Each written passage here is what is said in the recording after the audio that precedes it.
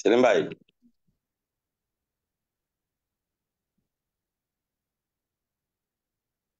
এটা শুরু হওয়ার আগে যায় না। হ্যাঁ, কাইন্ডলি শুরু করো। শুরু করবো। সকাল থেকে শুরু করবো।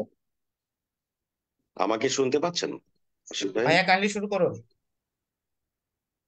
আসসালামু আলাইকুম। দেশের যে যেখান থেকে শুনছেন, বিএনপি মিডিয়া সেল থেকে সবাইকে আন্তরিক শুভেচ্ছা ও অভিনন্দন জানাচ্ছি। আজকে বিএনপি মিডিয়া সেল আয়োজিত করছে সকাল পর্বের ৭৪তম পর্বে। আপনারা আজকে দেখবেন আজকের শিরোনাম ব্যবসা বাণিজ্য ধস, বিপর্যস্ত দেশের অর্থনীতি। এই বিষয়ের উপর আজকে আলোচনা করবেন অধ্যাপক মোহাম্মদ জামাল উদ্দিন, সভাপতি, পরিবেশ বিজ্ঞান বিভাগ, জাহাঙ্গীরনগর বিশ্ববিদ্যালয়। আজকে এই বিষয়ের উপর আলো আলো আরো আলোকপাত করবেন অ্যাডভোকেট ডক্টর মনিকা জেসমিন নাহিন, সদস্য, জাতীয় নির্বাহী কমিটি বিএনপি। এই বিষয়ের উপরে আরো গুরুত্বপূর্ণ আলোচনা করবেন আবু নসর মোহাম্মদ রহমতুল্লাহ, সদস্য, জাতীয় নির্বাহী কমিটি বিএনপি। প্রিয় দর্শক, আপনারা সকলে অবগত আছেন দেশে এই মুহূর্তে একটি ক্রান্তিকাল পার হচ্ছে।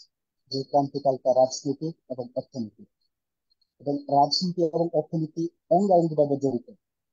সেই রাজনীতি এবং অর্থনীতির দামাদলে আজকে আমরা রাজনীতির প্রেক্ষাপটে আমাদের অর্থনীতি কিভাবে প্রভাবিত হচ্ছে সেই বিষয়ের উপর আমরা আজকে আমাদের টপিক নির্ধারণ করেছি, ব্যবসা বাণিজ্য ধস, বিপর্যস্ত দেশের অর্থনীতি। এই বিষয়ের উপর আমি প্রথমেই কিছু শুনতে যাব আমাদের বিজ্ঞ আলোচক অধ্যাপক মোহাম্মদ জামাল উদ্দিন, জাহাঙ্গীরনগর বিশ্ববিদ্যালয়ের পরিবেশ বিজ্ঞান বিভাগের অধ্যাপক। ওনার কাছে আমার প্রথম প্রশ্ন থাকবে, আগামী ৭ই জানুয়ারি দেশের নির্বাচন কমিশন একটি তফসিল ঘোষণা করেছে আগামী দ্বাদশ জাতীয় সংসদ নির্বাচন আয়োজন করার জন্য, এবং সেই নির্বাচনে বেশিরভাগ বিরোধী দল বয়কটের ডাক দিয়েছে। এমতাবস্থায় গণতান্ত্রিক বিশ্ব সহ সমস্ত বিশ্ব আজকের এই আমাদের এই নির্বাচনের উপরে নজর রেখেছে। এই মতাবস্থায় আমাদের দেশের অর্থনীতিও একটি মন্দাভাব বিরাজ করছে। সেই রাজনীতি আমাদের এই অর্থনীতিকে কিভাবে প্রভাবিত করতে পারে, এবং আমাদের ব্যবসা বাণিজ্যে অলরেডি যে ধস নেমে এসেছে, সেই ধসের প্রেক্ষাপটে আমাদের এই চলমান রাজনীতি কিভাবে আরো ভূমিকা রাখতে পারে সে বিষয়ে আমি প্রথমে জানতে চাইবো অধ্যাপক মোহাম্মদ জামাল উদ্দিন স্যারের কাছ থেকে। জামাল উদ্দিন স্যার। ধন্যবাদ। সঞ্চালক আশিক রহমান, লেখক ও শিক্ষক।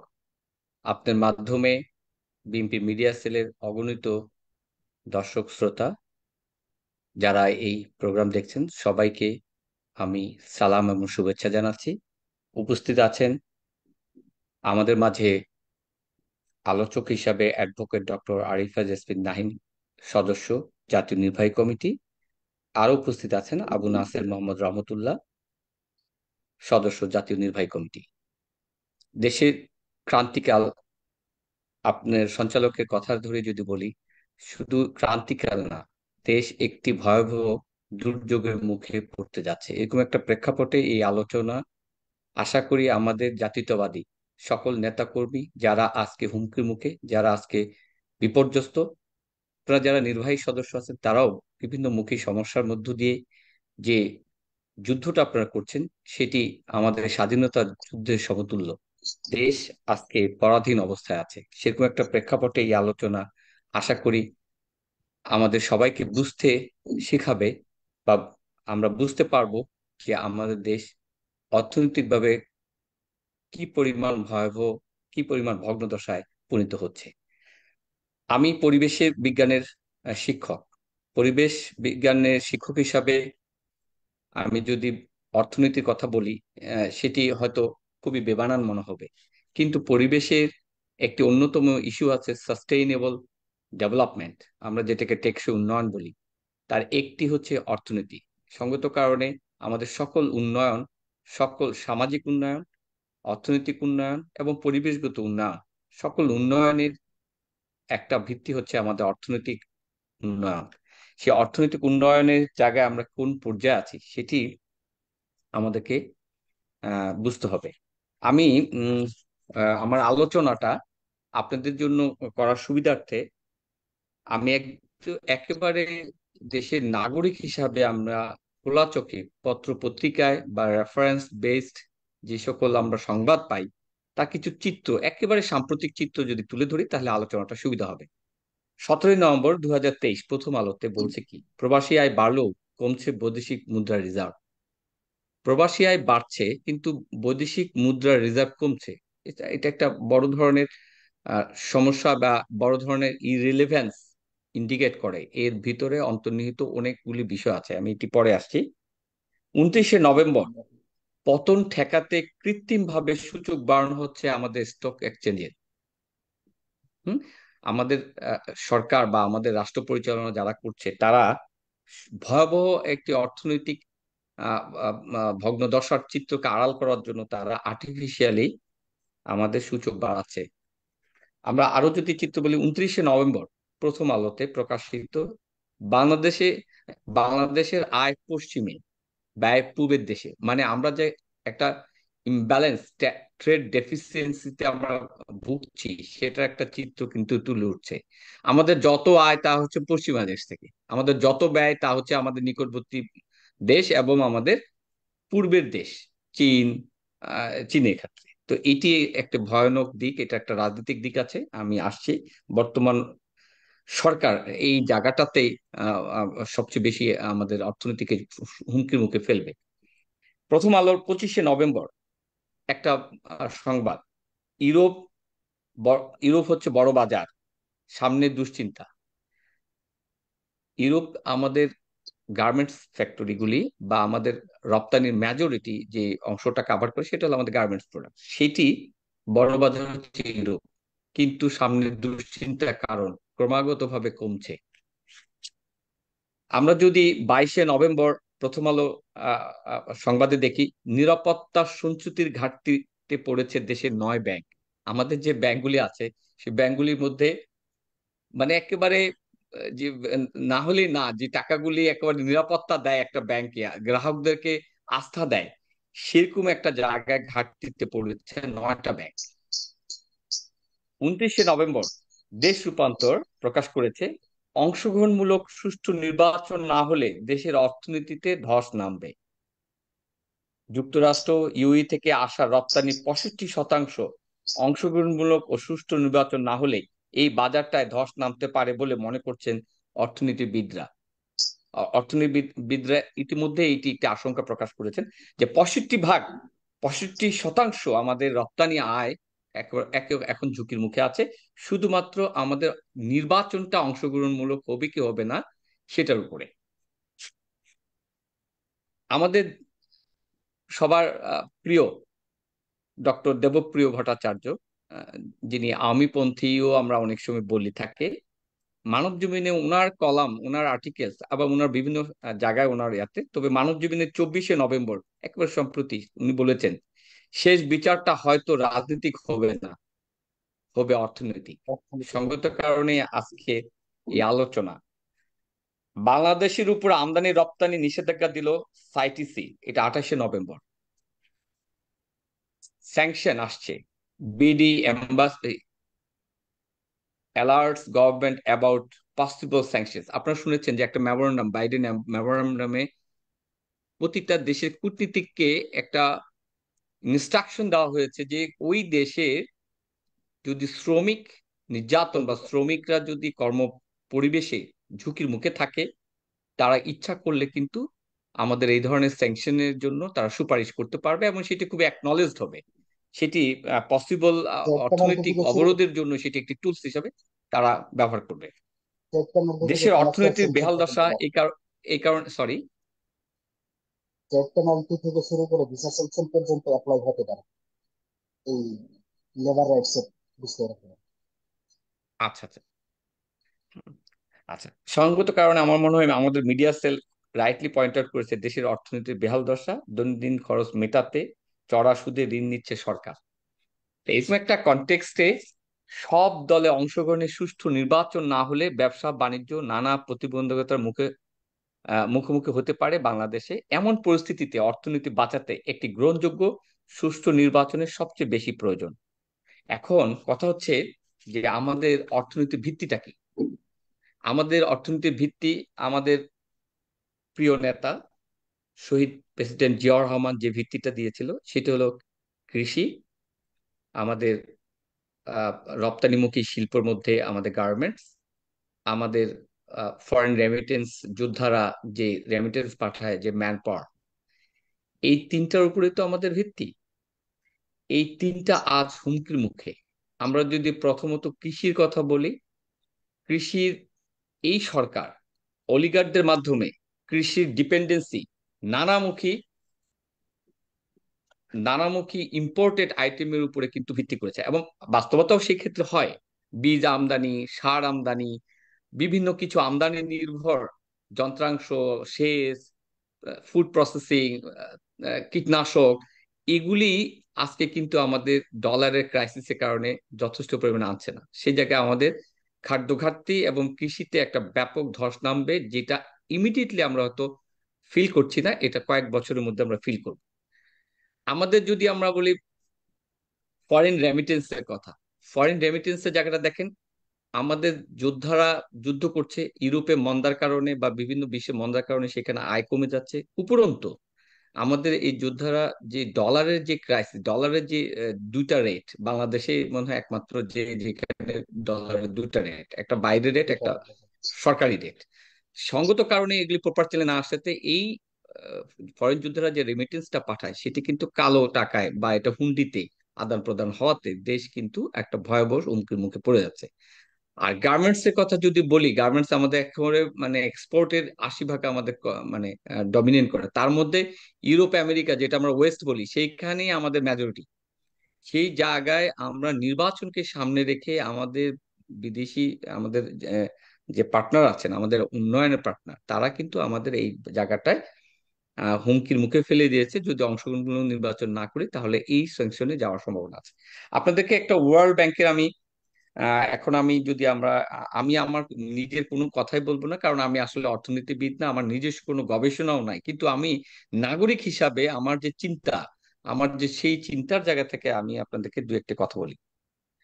ওয়ার্ল্ড ব্যাংক অক্টোবরের 3 তারিখে তারা Bangladesh development update, new frontiers in poverty reduction, সেখানে তারা বলেছে যে বাংলাদেশের ক্রাইসিস হচ্ছে rising inflation, financial sector vulnerabilities, external pressure and global economic uncertainty.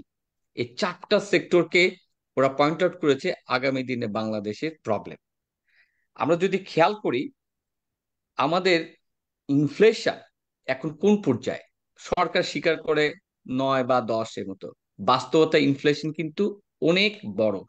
একটু খেয়াল করেন, ইনফ্লেশনটা হলো সকল প্রোডাক্টকে কিন্তু যোগ করে। কিন্তু আমরা যদি আমাদের গরিব মানুষের, আমাদের 90% লোকের কথা চিন্তা করি, তাদের যে মেইন কনজাম্পশন যে প্রোডাক্ট, সেটা হলো চাল, ডাল, নুন, তেল, আটা, ময়দা, এগুলি। এগুলি যদি গত বছর থেকে এই বছর রেট দেখেন, কোনো কোনো ক্ষেত্রে এটি 100% বেড়ে গেছে। তার মানে ইনফ্লেশনের অবস্থাটা কিন্তু 100%।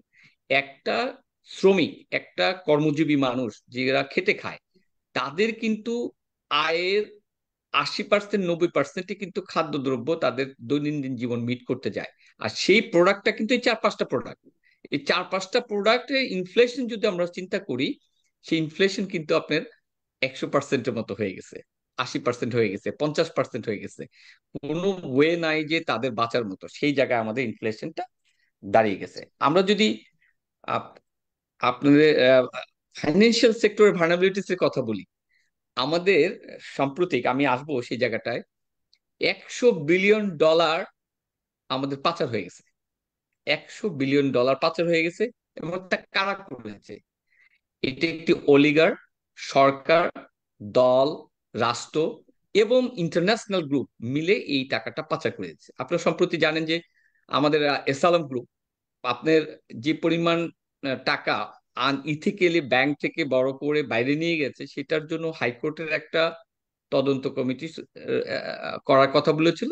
সেটা আপিল বিভাগ আবার স্টে করে দিয়েছে আনটিল 2024 জানুয়ারি, আমি যদি ভুল না বলি 5 তারিখ বা 7 তারিখ পর্যন্ত।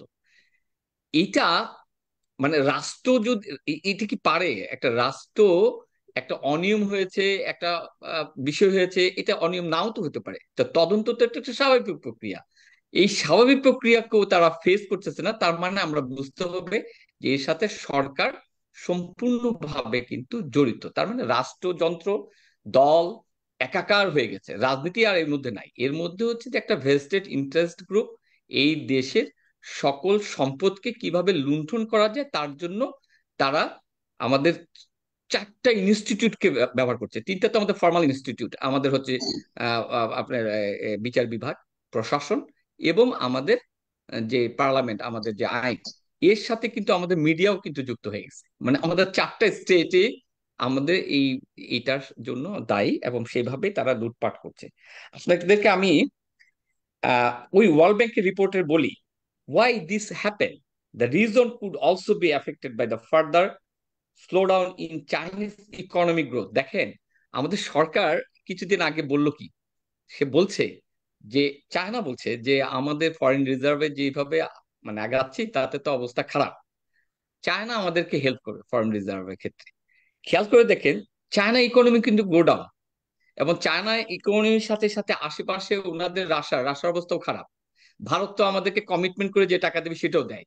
তার মানে অর্থনৈতিকভাবে সাপোর্টিভ পজিশনে সরকার যাদের উপরে আশা করে জনগণকে বোঝানোর চেষ্টা করছে সেটাও কিন্তু ভেগ। এর সাথে আমি একটু উদাহরণ দিয়ে যুক্ত করি। শ্রীলঙ্কা যখন ক্রাইসিসে পড়ে, শ্রীলঙ্কা তো গুড পার্টনার ছিল আপনার চায়না, চায়না তাদের সকল মেগা প্রজেক্টের ডেভেলপমেন্টের সাথে যুক্ত ছিল।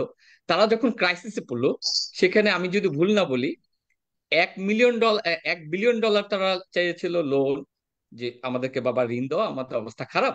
আর 1.5 বিলিয়ন চেয়েছিল, ভাই এটাও লোন দাও, কিন্তু এটা আমি তোমাদের কাছ থেকে কিনবো।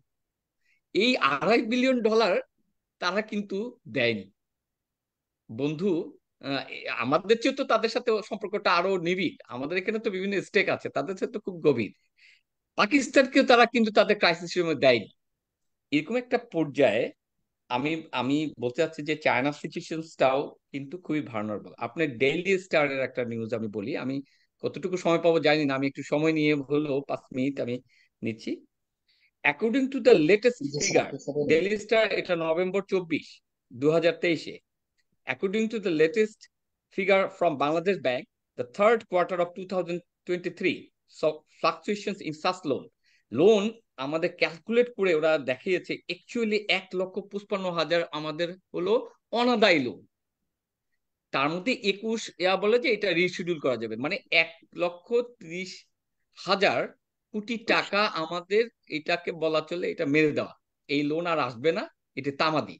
কিন্তু দেখেন ওদের কেরিকাচার গুলাকে যদি আমরা হিসাব করি, ওরা কিন্তু ওই যে রিশিডিউল করে 1% দিয়ে এটা ওটা করে, সেভাবে হিসাব করলে কিন্তু আরো তামাদি লোনের পরিমাণ বাড়বে। মানে আমাদের এটা বাংলাদেশ ব্যাংকের কথা।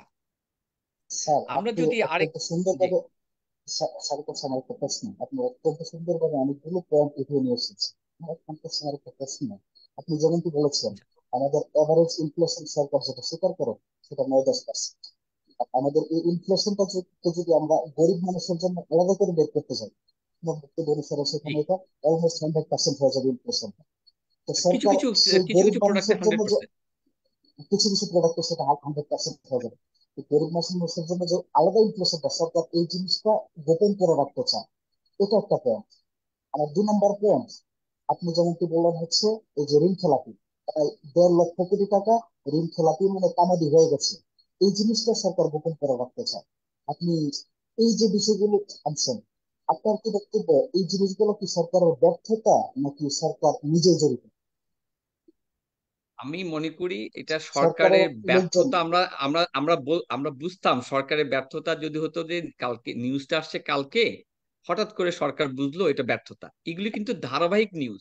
সরকার এর ব্যাপারে কোনো ব্যবস্থা না নেওয়াতে আমরা কি মনে করতে পারি যে সরকার এটার সাথে জড়িত?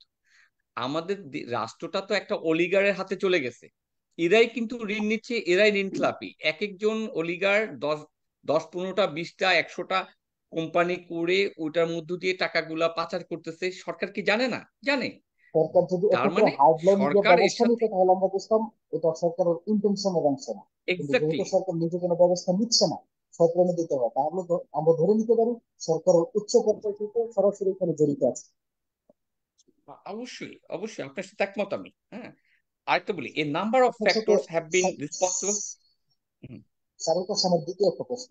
দ্বিতীয় যে প্রশ্নটা, আজকের যে আমাদের রাজনৈতিক বাস্তবতা, অর্থাৎ আমাদের পশ্চিমা বিশ্বে বাংলাদেশে যে ডেমোক্রেসির রিস্টোরেশনটা চাচ্ছে, এবং সেই রিস্টোরেশনটা ঠিক মতো যদি না হয়, তারা যে ধরনের ব্যবস্থা নেওয়ার ঘোষণা দিয়েছে, অলরেডি ঘোষণা দিয়েছে, তো সেই ধরনের ঘোষণার বিপরীতে সরকার যে সকল দেশের উপরে তার অর্থনীতিটাকে কাভার করার জন্য ভরসা করছে, সরকারের ঘোষণায় আমরা দেখতে পাচ্ছি সরকার কাভার করছে হচ্ছে চায়নার উপরে, রাশিয়ার উপরে এবং ইন্ডিয়ার উপরে। তো আপনি বলতে চাচ্ছেন সেই ভরসা আলটিমেটলি একটা দেবে এবং আলটিমেটলি কোনো একটা কাজে আসবে না, আপনি এমনটা বলতে চাচ্ছেন? জি, জি। আমার আমার এই জায়গায় আমি আপনার এখন একটু, যেহেতু আপনি প্রশ্নটা তুললেন, আমি একটু সুন্দর করে আর্টিকুলেট করে যদি বলি যে বাংলাদেশের বর্তমান রাজনৈতিক ক্রাইসিসটা কি। বাংলাদেশের বর্তমান রাজনৈতিক ক্রাইসিসটা স্যার, একটি সুষ্ঠু, অংশগ্রহণমূলক আ- আ- এবং আপনি আমার প্রশ্নের উত্তরটা একটু স্বতঃস্ফূর্ত একটা সংক্ষেপে দিবেন, আমরা নির্বাচন, একটু তাই তো? অন্য গেস্টদের কাছে যেতে হ্যাঁ, চাই।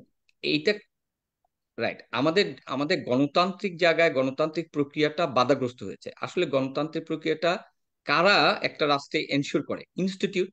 আমাদের প্রতিটা ইনস্টিটিউট ভেঙে গেছে, সেটা আমাদের কাছে পরিস্ফুটিত। এখন এতদিন শুধু আমাদের মধ্যে ছিল, দীর্ঘ প্রক্রিয়ার মধ্যে দিয়ে এটি এখন বহির্বিশ্বের সবার কাছে অ্যাকনলেজ।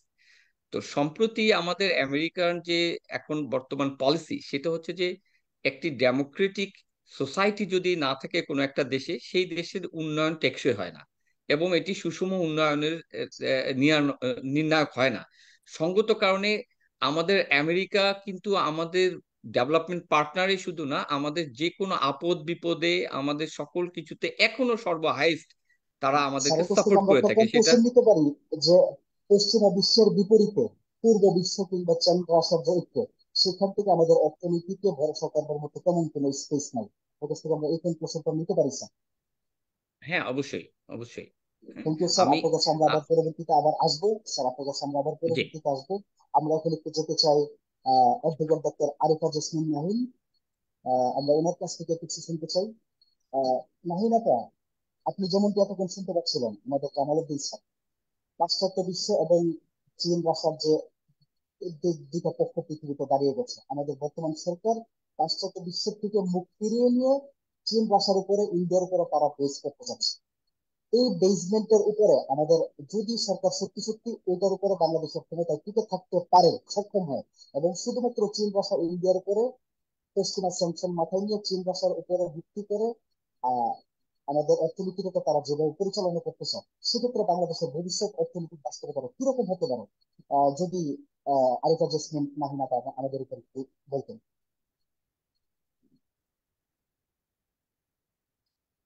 অ্যাডভোকেট আরিফা জেসমিন নাহিনা, আপনি শুনতে পাচ্ছেন? হ্যাঁ, আমি শুনতে পাচ্ছি।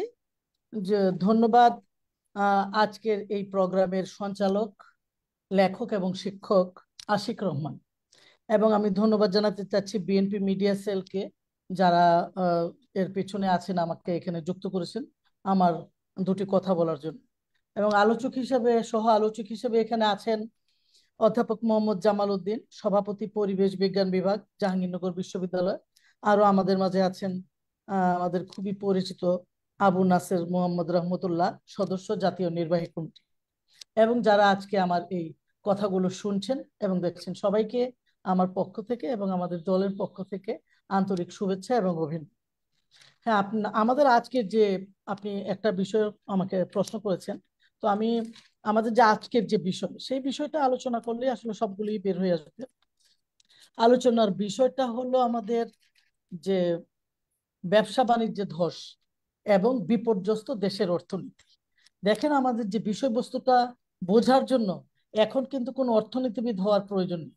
বাংলাদেশের প্রত্যেকটা মানুষ বুঝতে পারছে, তারা অর্থনীতিবিদ না হয়েও তাদের উপরে যে চাপ, তাদের উপরে যে কষ্ট, তারা যে নিপীড়িত, নির্যাতিত, না খেয়ে আছে, আধা পেটে আছে, তাদের যে অনাহারে অর্ধাহারের দিন কাটাচ্ছে, তারা যে কোনো একটা অর্থনীতিবিদের চেয়েও তারা এটার চিত্র, তাদের এটার ফলাফল সবকিছু তারা বলে দিতে পারবে।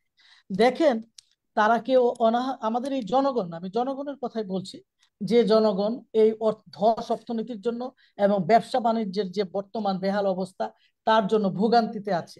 এই জনগণ কেউ অনাহারে, কেউ অর্ধাহারে, কেউ আধপেটা, কেউ বা বিলাসী জীবনযাপন করছে। তার মধ্যে দেখেন, আমাদের যে বিভিন্ন জরিপ আছে, বিভিন্ন জরিপে দেখা গেছে, বলছে সরকার কিন্তু বলছে যে 27% হলো দরিদ্র সীমা, কিন্তু দেখা দেখা গেছে বেশ কয়েক বছর ধরেই কিন্তু এই বিষয়টা কিন্তু তারা মোটামুটি চাপিয়ে রাখছেন কতজন দারিদ্র্য সীমার নিচে আছে। কিন্তু দেখা গেছে বিভিন্ন পরীক্ষা, ইউএনডিপি এবং মার্কিন যুক্তরাষ্ট্র আরেকটা প্রতিষ্ঠান, তাদের একটা জরিপে দেখা গেছে প্রায় ওয়ান ফোর্থ ওয়ান ফোর্থ হলো একদম দারিদ্র্য সীমার নিচে এবং কষ্টে আছে।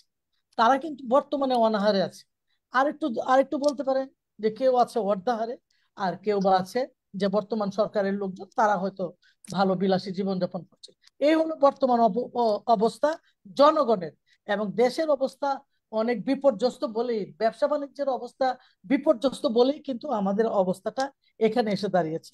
এখন কি আমাদের যে ব্যাংকের অবস্থাগুলি কি, ব্যাংকের অবস্থাগুলি এরকম অবস্থায় এসে দাঁড়িয়েছে যে আপনারা জানেন যে ব্যাংকিং খাতে চলছে বিরাট এক অব্যবস্থাপনা, এবং এই অব্যবস্থাপনা এবং ব্যাপক দুর্নীতি। এই যে ব্যাংকিং খাতে অব্যবস্থাপনা হওয়ার কারণে এবং ব্যাপক দুর্নীতির কারণে কিন্তু এই অবস্থা দেশে। এছাড়া আরো আছে যে কথাটা আপনি বলছেন যে পূর্বমুখী নীতি যেটাতে চলতে চাচ্ছে সরকার পশ্চিম থেকে বিমুখ হয়ে, সেটার চাপ তো একটা প্রভাব তো পড়বেই। সেটাও একটা এটার জন্য অবশ্য বড় অর্থনীতিবিদ হতে হবে আরো ব্যাপক বিশাল ভাবে বলতে গেলে। আমি একটা মোটা দাগে বলে যাই। এখন দেখেন কি করছে এই দেখা গেছে আমাদের যে বর্তমান যে সরকার, এই সরকারের বেশিরভাগ রাজনীতি দেখেছেন যে রাজনীতিবিদরাই কিন্তু অনেকগুলি ব্যাংক তারা মালিক হয়েছে। এবং ব্যাংকের মালিক হয়ে তারা কি করলো, ব্যাংকের মালিক হয়ে তারা কিন্তু ব্যাংকিং সেক্টরের যে উন্নতি সেটা কিন্তু করছেন না। তারা কি করছেন, এই যে ব্যাংকের টাকাগুলি তারা দুর্নীতির মাধ্যমে তারা সেটা ব্যবহার করছে। কিন্তু ব্যবহার কোথায় করছেন, তারা কিন্তু দেশে ব্যবহার করছেন না। এই যে দুর্নীতির টাকাটা যদি দেশে ব্যবহৃত হতো, দেশেরই কলকারখানা করতো, কলকারখানা বা কর্মসংস্থানের ব্যবস্থা করতো, তাহলেও কিন্তু বেকার সমস্যার সমাধান হতো কিছু। কিন্তু কি করছে তারা, এই টাকা তারা পাচার করে দিচ্ছে। এবং সেই পাচার আপনি দেখেছেন পত্র পত্রিকায় দুর্নীতির কি ভয়াবহ ক্যান্সারের রূপ নিয়েছে। এটা বর্তমান যে আমাদের যে যিনি আছেন যে বর্তমান প্রধান বিচারপতি, তিনিও কিন্তু বলছেন যে ক্যান্সারের রূপ নিয়েছে দুর্নীতি। এখন এই অবস্থায় আমাদের যে দুর্নীতি ক্যান্সারে যদি রূপ নেয়, তারপরে হলো এইভাবে যদি রাজনীতিবিদরা টাকা এইভাবে পাচার করে দেয়, দেশে যদি কর্মসংস্থানের কোনো শিল্প কারখানা বা কোনো কর্মসংস্থানের পদ গড়ে না ওঠে, তাহলে কি হচ্ছে, বেকার সমস্যা বেড়ে গেছে।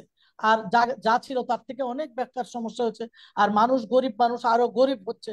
তার মানে একটা নৈরাজ্যকর পরিস্থিতি অর্থনীতির। এটা শুধুমাত্র বিপর্যস্ত নয়, এটা অর্থনীতি এখন রুগ্ন, অসুস্থ, ক্যান্সারে আক্রান্ত। তো এই অবস্থাটা কিন্তু শুধুমাত্র যে আমরা এই যে আপনার যে হচ্ছে যে দুর্নীতি করছে সেই জন্য না, অব্যবস্থাপনা, দুর্নীতি, তারপরে সরকারের যে সব যারা আছে এখানে তারা সেটা সঠিকভাবে পরিচালনা না করা, বিভিন্ন কিছু আমরা এখানে।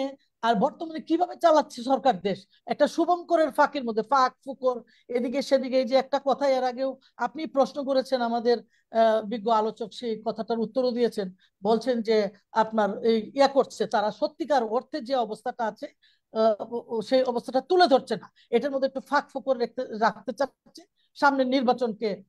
আমরা জানি রিজার্ভের অবস্থাটা কি, রিজার্ভের অবস্থা ভয়াবহ। এই অবস্থা যদি হয় দেশের রিজার্ভের অবস্থা, তাহলে রিজার্ভের এই অবস্থার কারণে কি হচ্ছে আমাদের, আমরা এখন এই আমদানি করা বা রপ্তানি করা এগুলিতে বা কাঁচামাল সেগুলিতে, এইগুলি সব কিছুতে আমাদের ধস নেমে যাচ্ছে, সবকিছুই আমাদের কমে যাচ্ছে, আমদানি কমছে, রপ্তানি কমছে। এই যে একটা ভয়াবহ অবস্থা দেশের, সামনে যে কি হবে এবং এখনই যে কি হচ্ছে, এই বিষয়টা কিন্তু জনগণ, আপনি যদি একটু জিজ্ঞাসা করেন, আপনি দেখে থাকবেন টেলিভিশনে, যখন কোন টেলিভিশনের একজন সংবাদদাতা একজন কৃষককে, একজন রিক্সা চালককে বা একজন শ্রমিককে জিজ্ঞাসা করে, তারা কিন্তু দর দর করে বলে দিচ্ছে, অনেক কিছু বলে দিচ্ছে যে কি অবস্থা। আপনি দেখেন, আপনি আরেকটা প্রশ্ন করেছেন যে এই যে অবস্থাটা এটা কারা কারা জড়িত বা দেখেন সরকার নিজে জড়িত এটার মধ্যে, আমরা কিন্তু জেনেছি। এখন আমি এই কথাটা বললে হবে না যে আমরা দেখছি যে মার্কিন যুক্তরাষ্ট্রের বিভিন্ন রিপোর্টে, তারপরে দেখেন ইয়েতে যে এবং যে বর্তমান যে প্রধানমন্ত্রী তার নিজের ছেলে, তার পরিবারের লোকজন জড়িত, নিজের ছেলে, নিজের মেয়ে, মেয়ের জামাই, নিজের বোন, তারা কিন্তু জড়িত এই দুর্নীতির মধ্যে। আপনার দুর্নীতি যদি একদম মাথায় ধরে, আপনার যদি মগজ যদি পচে যায়, মাথা যদি পচে যায়, আপনার দেহের কি অবস্থা হবে? পুরা এখন একটা যিনি ক্ষমতাধর, যিনি ক্ষমতায় বসে আছেন, সেই বসে থেকে যিনি পরিচালনা করছেন, আপনি দেখেন নির্বাচনকে সামনে রেখে কত ধরনের তেলসমাতি, ষড়যন্ত্র, কারসাজি, কত কিছু চলছে এখানে। তিনি নিজে সবকিছু চালাচ্ছেন। বর্তমান একটা আপনার যদি একটা দেশের অর্থনীতি ঠিক থাকতে হয়, তাহলে একটা স্থিতিশীল রাজনীতি থাকতে হবে। রাজনীতি যদি অস্থিতিশীল থাকে, রাজনীতির স্থিতিশীলতা যদি না থাকে, অর্থনীতির কোনোদিন স্থিতিশীলতা আসবে না। আর গণতন্ত্র যেখানে নেই, সেখানে অর্থনীতির এরকম ধস, এরকম বিপন্ন অর্থনীতি হবে। আর যে জিনিসটা ম্যাডাম, বলছেন পশ্চিমা আপনার এই এবং পয়েন্ট পূর্ব, আমার একটা প্রশ্ন আছে। জি জি এই জি পয়েন্টে বলুন। আমি আপনাকে একটা প্রশ্ন করতে চাই। আপনি যেমনটা বলতে চাচ্ছেন, রাজনৈতিক স্থিতিশীলতা একটা সঠিক অর্থনীতির জন্য খুবই অপরিহার্য। জি তো আমাদের বর্তমান সরকার এবং তার যে আন্তর্জাতিক এলাই ইন্ডিয়া আছে, তারাও ঠিক সেম কথাটাই বলতে চাচ্ছে যে তারা বাংলাদেশের রাজনৈতিক স্থিতিশীলতা চায়, রাজনৈতিক ধারাবাহিকতা চায়, সাংবিধানিক স্থিতিশীলতা চায়, সাংবিধানিক ধারাবাহিকতা চায়। তা আপনি জি। যে স্থিতিশীলতা মিন করছেন আর সরকার যে স্থিতিশীলতার কথা বলছে, দুটো কি একই রকম নাকি দুটোর মধ্যে ফারাক আছে? না, বর্তমান সরকার এটা কিন্তু দেখেন, আমি বলছি যে আপনি যদি প্রশ্ন করেন একদম নিচের লেভেলে, আমাদের একজন মূর্খ মানুষকে বললেও সে কিন্তু এতটা রাজনীতি শিখিয়েছে আমাদের বর্তমান প্রধানমন্ত্রী।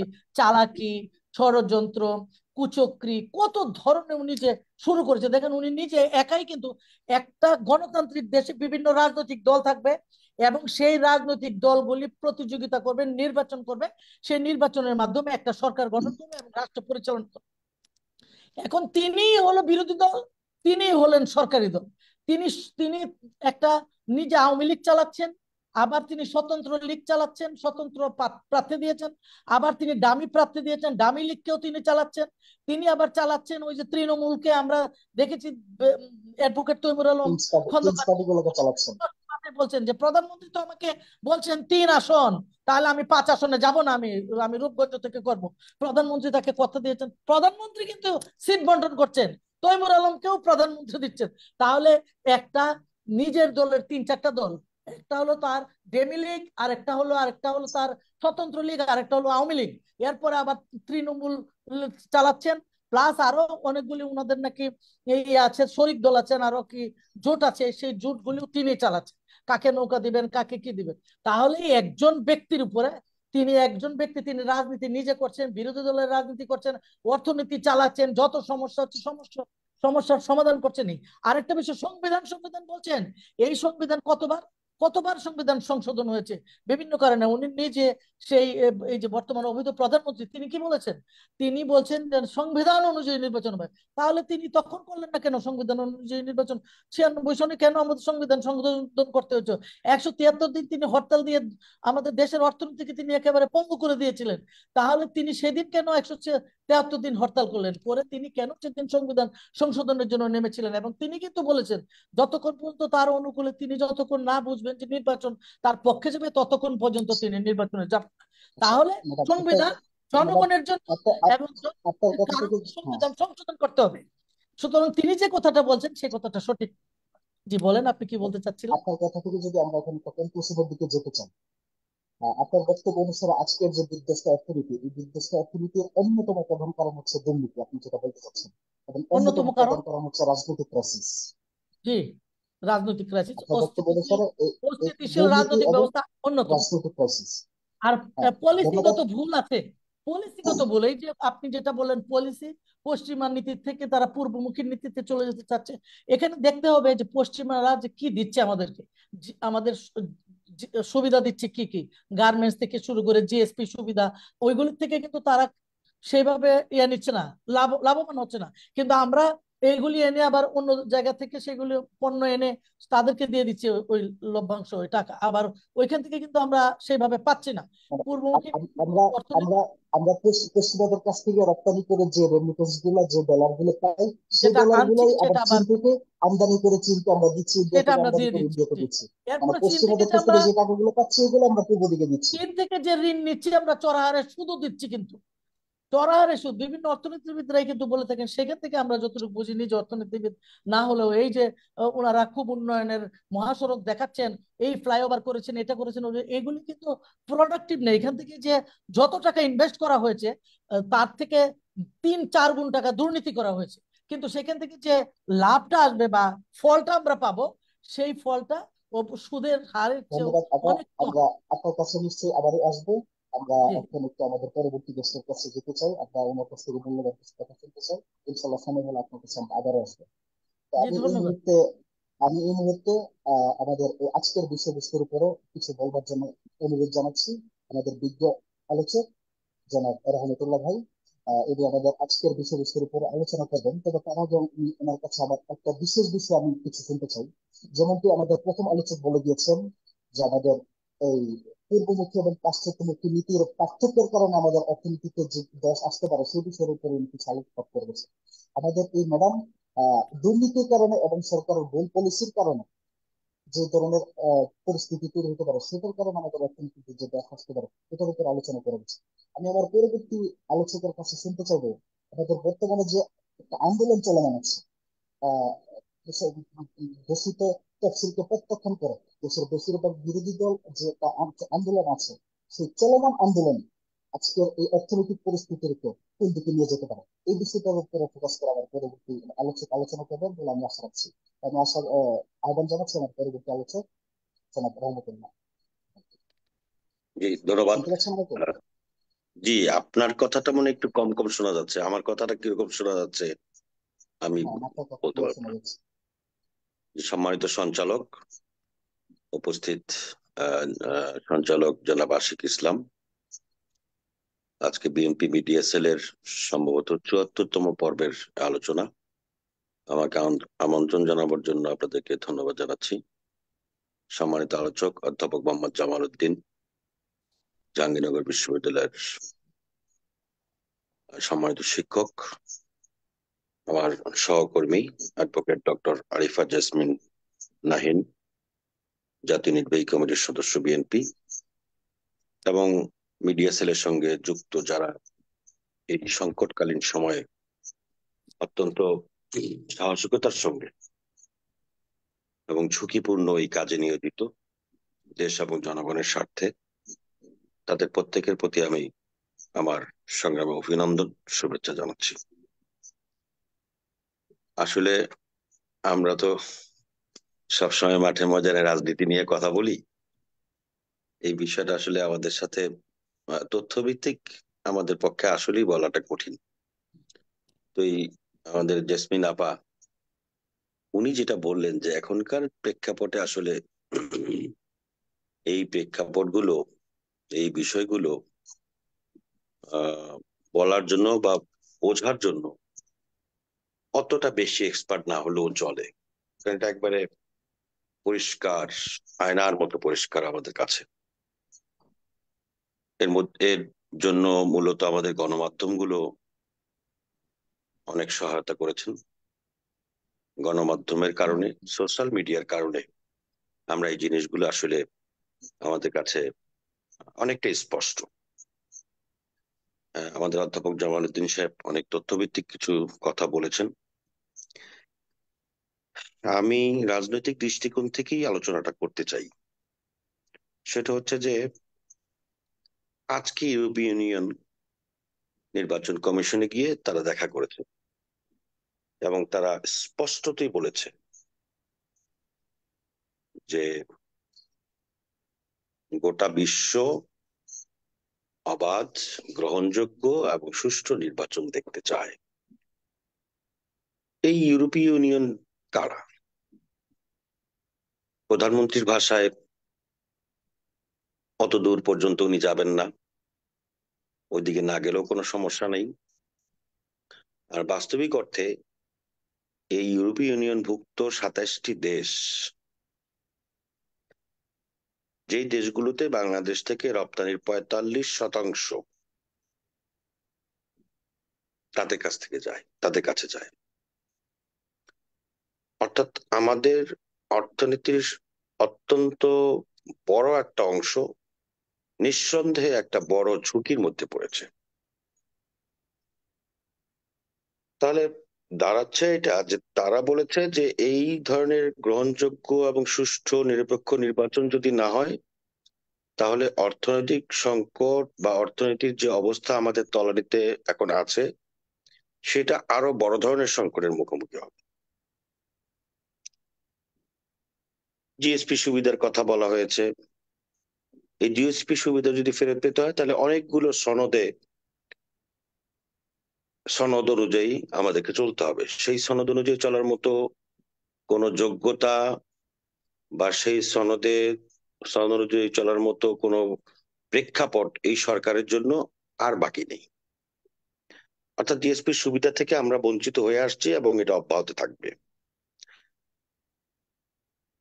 বৈশ্বিক জিডিপির তালিকায় বাংলাদেশের অবস্থান হচ্ছে 35তম। প্রথম আলোর কিছু রেফারেন্সে স্যার কিছু কথা বলেছেন। ডক্টর দেবপ্রিয় ভট্টাচার্যের বক্তব্যটা এখানে অত্যন্ত গুরুত্বপূর্ণ। শেয়ার বাজারের যে অবস্থাটা বিগত সকল সময়ের রেকর্ড ভঙ্গ করে এখন 300 কোটি টাকার নিচে নেমে এসেছে ডিএসসি লেনদেন। 100 বিলিয়ন ডলার পাচার হওয়ার কথা এসছে। সব মিলিয়ে এই যে 16 বিলিয়নের নিচে আমাদের দেশের এখন এই কি বলে এটাকে আমাদের রিজার্ভ ফান্ড, যেটা অতীতের সকল রেকর্ডকে ছেড়ে দিয়ে এখন একটা পুরোপুরি একটা অন্ধকার গহ্বরের দিকে কিন্তু আমরা এগোচ্ছি। এগুলি নিয়ে চিন্তা করবে কারা? যাদের এই দেশের প্রতি মায়া আছে, এই দেশটা অর্থনৈতিকভাবে সমৃদ্ধশালী থাকুক, দেশটা সামনের দিকে এগিয়ে যাক, এই চিন্তাটা যাদের মধ্যে আছে তারা এগুলো নিয়ে চিন্তা করবে। কিন্তু যারা আমাদের দেশের ক্ষমতাসীন তাদের লক্ষ্যটা কি? বিশেষ করে আজকের যিনি প্রধানমন্ত্রী, তিনি এই দেশে যখন ফিরেছিলেন তার শুরু থেকে এই পর্যন্ত সকল বক্তব্য পর্যালোচনা করলে এটা স্পষ্ট যে এই দেশের প্রতি তার কোনো দায়বদ্ধতা নেই। এই দেশের স্বাধীনতা, সার্বভৌমত্ব, অর্থনৈতিক সমৃদ্ধি, এই দেশের মানুষের সুস্থভাবে বেঁচে থাকা, খেয়ে থাকা, গণতান্ত্রিক অধিকার, সাংবিধানিক অধিকার, মৌলিক মানবাধিকার, কোনো কিছুরই তার প্রয়োজন নেই। তার কথা হচ্ছে একটি, যে আমি অ্যাবসলিউটলি পাওয়ার চাই, আমি ক্ষমতা চাই, দেশ রসাতলে চলে যাক, ঘোষণা দিয়েছেন এবং সেটা হলো ঘোষণা দিয়েছেন, দেশ রসাতলে যাক, ঘোষণা দিয়েছেন, দেশ জাহান্নামে যাক। এই দেশে উনি যতদিন পর্যন্ত আছেন উনি অ্যাবসলিউটলি পাওয়ার চান। অর্থাৎ ওনার তো দেশের প্রতি কোনো মায়া মহব্বত নাই, মায়া ভালোবাসা নাই, ওনার দলের প্রতিও কোনো কোনো কোনো ভালোবাসা নেই। ওনার দলের নাম হচ্ছে বাংলাদেশ আওয়ামী লীগ। সেই আওয়ামী লীগের মাধ্যমে কিন্তু শেখ মুজিবুর রহমান সাহেবের রাজনৈতিক উত্থান। সেই আওয়ামী লীগকে গলা টিপে হত্যা করেছিলেন শেখ মুজিবুর রহমান সাহেব, কিন্তু সেই আওয়ামী লীগকে হত্যা করেছিল। সেই আওয়ামী লীগের কর্ণধার হয়ে শেখ হাসিনা যে সময়টা পেয়েছেন সেই সময়টা কিন্তু এই দলটাকে তিনি বাংলাদেশের রাজনৈতিক ইতিহাসে আরো ভালোভাবে দাঁড় করাতে পারতেন। কিন্তু তার প্রশ্ন হচ্ছে উনি না থাকলে এই দেশে আওয়ামী লীগ থেকে কি হবে, এই দেশ থেকে কি হবে? অর্থাৎ উনি ভালো আছেন কিনা, ওনার পাওয়ারটা উনি অ্যাপ্লাই করতে পারছেন কিনা, এটা হচ্ছে তার মূল টার্গেট। বাংলাদেশ নামক রাষ্ট্রের অখণ্ডতা, সার্বভৌমত্বের প্রতি তার কোন রকমের দায় নেই। বাংলাদেশ অর্থনীতি বেঁচে থাকলো, বাংলাদেশের গণতন্ত্র বেঁচে থাকলো, বাংলাদেশের সার্বভৌমত্ব বেঁচে থাকলো, বাংলাদেশের মানুষের মৌলিক অধিকার থাকলো কি থাকলো না, এর সাথে এই প্রধানমন্ত্রীর কোনো সম্পর্ক নেই। অর্থাৎ আমাদের দুঃখটা হচ্ছে এখানে যে এই অর্থনৈতিক ভবিষ্যৎ, অর্থাৎ আজকে পুরো বিশ্বের আবেদনকে বা আকাঙ্ক্ষাকে অগ্রাহ্য করে যেই ধরনের একটি পাতানো সাজানো নীল নকশার একতরফা নির্বাচনের দিকে আবারও সরকার এগুচ্ছে, এটা যদি কোনো কারণে বাস্তবায়িত হয় তাহলে আমার দেশের অস্তিত্ব পৃথিবীর ভূখণ্ডে উগান্ডার মতোই তৈরি হতে পারে। আমার দেশের রাজনৈতিক অস্তিত্ব, আমার দেশের অর্থনৈতিক অস্তিত্ব আমার দেশের গণতান্ত্রিক অস্তিত্ব কোনো কিছুই থাকবে না, সবকিছু বিলীন হয়ে যাবে। এই প্রেক্ষাপট থেকে আমাদেরকে বের হয়ে আসবার জন্য আজকের এই একতরফা ভুয়া আরেকটি নির্বাচনের যে পরিকল্পনা করছে, সেই নির্বাচনের এই যে ডামাডোল বাজছে, এই ডামাডোল থেকে যদি আমরা দেশবাসীকে মুক্ত করতে না পারি, তাহলে আমরাও কিন্তু জাতির কাছে দায়বদ্ধ থেকে যাব। আমাদের ভারপ্রাপ্ত চেয়ারম্যান জনাব তারেক রহমান সাহেব, তিনি কিন্তু স্পষ্টতই বলেছেন যে এটা হচ্ছে ভোটের অধিকার প্রতিষ্ঠা আন্দোলন, ক্ষমতায় যাওয়ার আন্দোলন নয়। ভোটের অধিকারের সাথে দেশের অর্থনৈতিক সংকট থেকে মুক্তি পাওয়ার একটা অঙ্গাঙ্গী সম্পর্ক রয়েছে। ভোটের অধিকার যদি প্রতিষ্ঠা লাভ করে, বাংলাদেশ অর্থনৈতিকভাবে বাংলাদেশ আবার সেই টেক ব্যাক বাংলাদেশ, সেই বাংলাদেশকে আবার ফিরে পাবে। সেই কারণে জনাব তারেক রহমান সাহেব বলেছেন দেশবাসীর উদ্দেশ্যে যে আমাকে আপনার ভোট দেওয়ার দরকার নেই, আপনি ভোটের অধিকার প্রতিষ্ঠার সংগ্রামে সামিল হন, ভোট আপনি যাকে ইচ্ছা তাকেই দেবেন। তারেক রহমান সাহেব বলেন না যে বিএনপি কে ভোট দিতে হবে। অর্থাৎ ভোটের অধিকার যদি প্রতিষ্ঠা না হয়, তাহলে বাংলাদেশকে বাঁচিয়ে রাখা যাবে না। আর সেই কারণে আজকের যে ভোটের অধিকার প্রতিষ্ঠার যে সংগ্রাম চলছে, এই সংগ্রামের জন্য এক দফা দাবি, অর্থাৎ শেখ হাসিনাকে বিদায় করতে হবে। আর এই সমস্ত সংকটের মধ্যে নতুন করে গোদের পাল বলি আমরা, এই নির্বাচন কমিশন যুক্ত হয়েছে। আজকে নির্বাচন কমিশন সরকারের চেয়ে তো ভয়াবহ খেলায় মত্ত হয়েছে। এই নির্বাচন কমিশনকে বিদায় করতে হবে, তার আগে সরকারের পদত্যাগ নিশ্চিত করতে হবে। পদত্যাগ নিশ্চিত করবার জন্য চলমান যে গণতান্ত্রিক আন্দোলন, সেই আন্দোলনকে আজকে বিভিন্নভাবে বলা হচ্ছে যে এটি একটি আপনার জঙ্গিবাদী আন্দোলন, বাগুন সন্ত্রাসের আন্দোলন। যেই প্রোপাগান্ডা তারা পিছনে চালিয়েছে, যদিও এই প্রোপাগান্ডায় কিন্তু দেশের মানুষ এখন আর বিশ্বাস করে না, দেশের মানুষ এখন আর কর্ণপাত করছে না। এখন তারা নিজেরাই আগুন দিয়ে তথ্য যদি সংযোজন করতে চাই, জাতিসংঘের হিউম্যান রাইটস কমিশন থেকে সরাসরি বিবৃতি দেওয়া হয়েছে যে 28 তারিখের ঘটনার ব্যাপারে সরকারি দলকেই সন্দেহ করা উচিত। সুতরাং তাদের এই যে বিএনপির উপরে দায় চাপানোর যে পরিকল্পনা, এটা আন্তর্জাতিক বিশ্ব খাচ্ছে না, আর জনগণ খাচ্ছে না। আমরা তো স্পষ্টই বুঝতে পারি। আমি যদিও ওই সাউন্ড একটু প্রবলেম ছিল, আমি আপনার মূল থিমটা যদি বুঝে থাকি, সেটি হচ্ছে 28 অক্টোবর আগে তো 5 বছর এই দেশে আন্দোলন হয়েছে।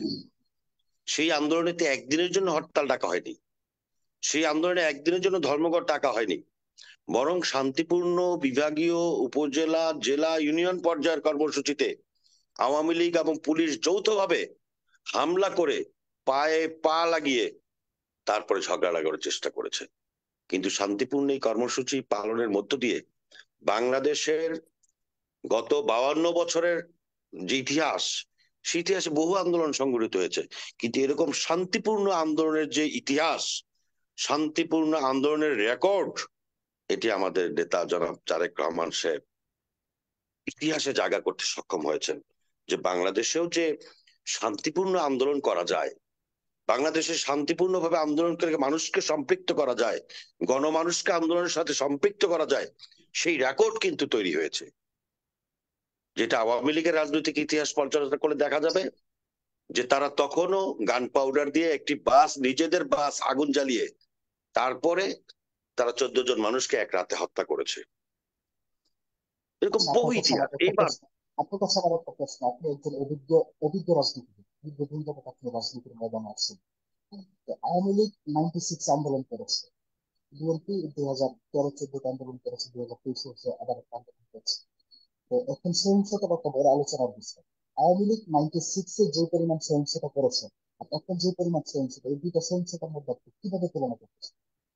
আপনার দেখুন, আওয়ামী লীগের রাজনীতিটাই হচ্ছে সন্ত্রাস এবং নৈরাজ্যের উপরে দাঁড়ানো।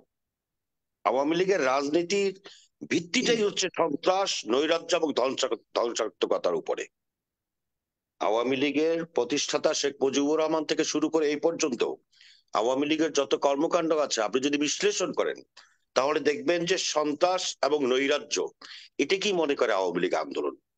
অর্থাৎ আপনি দেখবেন যে আমাদের এই শান্তিপূর্ণ আন্দোলনে মাঝে মাঝে কিন্তু উস্কানি দেওয়ার চেষ্টা করা হয়েছে। গান্ধীবাদী আন্দোলন, না খেয়ে থাকার আন্দোলন, তারপর এই সমস্ত কথাবার্তা বলে আমাদেরকে উস্কানি দেওয়ার চেষ্টা করা হয়েছে। কিন্তু আমরা কিন্তু সেই উস্কানিতে পা না দিয়ে আমাদের নেতা জনাব তারেক রহমান সাহেবের নির্দেশনায় শান্তিপূর্ণ আন্দোলন কিন্তু আমরা প্রতিষ্ঠা করতে সক্ষম হয়েছি। এবং 28 অক্টোবরের সারা দেশের যে বাধা বিঘ্ন পেরিয়ে বাংলাদেশে সকাল 10টা 11টার মধ্যে এরকম লক্ষ লক্ষ মানুষ এভাবে সমবেত হয়েছে, এটা কিন্তু নজিরবিহীন। এই লক্ষ লক্ষ মানুষের উপরে শান্তিপূর্ণ একটি সমাবেশের উপরে সমাবেশ শুরু হওয়ার আধা ঘন্টার মধ্যে এইভাবে পুলিশ বাহিনী এবং আওয়ামী লীগ বাহিনী যেভাবে সাঁড়াশি বীভৎস আক্রমণ করেছে, সেটা কিন্তু দেশবাসীও দেখেছে, গোটা বিশ্ববাসীও দেখেছে। তারা বহু প্রচারণা চালানোর চেষ্টা করেছে। আপনার কাছে আমার সর্বশেষ প্রশ্নটা করে আমি আমার প্রথম আলোচকের কাছে ফেরত যেতে চাই। চলমান আন্দোলনের কারণে অর্থনৈতিক একটা চাপ পড়ে নিশ্চয়ই। তো এই অর্থনৈতিক চাপটা গণতান্ত্রিক উত্তরণের জন্য জনগণ কি গ্রহণ করতে প্রস্তুত আছে আপনার কাছে কি মনে হয়? চলমান আন্দোলনের অবশ্যই কারণে যে দোকানপাট বন্ধ থাকছে, গাড়ি ঘোড়া বন্ধ থাকছে, এটার কারণে অর্থনৈতিক একটা চাপ পড়ছে। সেই অর্থনৈতিক চাপটা কি জনগণ আন্তরিকভাবে গ্রহণ করছে আপনার কাছে মনে হয়? অবশ্যই আপনি দেখতেছেন না, এই দেশের জনগণ আপনার বাস রাস্তায় টেবিল নিয়ে বাস খোলার জন্য টিকিট নিয়ে বসে আছে, কিন্তু মানুষ যাচ্ছে না। কিছু সরকার নিয়ন্ত্রিত কিছু মিডিয়া ভিন্নভাবে উপস্থাপন করার চেষ্টা করলো, এটি কিন্তু জনগণের শান্তিপূর্ণ অংশগ্রহণ। জনগণ এই যে গতকালকে মঙ্গলবার গিয়েছে, মানুষ কিন্তু তাদের প্রয়োজনে ঘর থেকে বেরিয়েছে, আমরাও সুযোগ করে দিয়েছি। আপনার শুক্র শনিবার মানুষের প্রয়োজনের কাজ সারছে। মানুষ কিন্তু একটি মানুষকে আপনি দেখবেন না যে সে মুখ দিয়ে বলছে যে অবরোধ আমরা মানি না। তারা বুঝতে পেরেছে, তাদের অন্তরে এটা একেবারে বিশ্বাস তৈরি হয়েছে যে এই 10-15 দিন 1 মাস যদি আমরা কষ্ট করি, তাহলে আমাদের আগামী 5 বছর অন্তত নিরাপত্তার স্বার্থে আমি একজন নিরাপত্তার আমি সাথে। আমি একজন সাধারণ মানুষ হিসেবে, একজন শিক্ষক হিসেবে আমি যা দেখি, আহ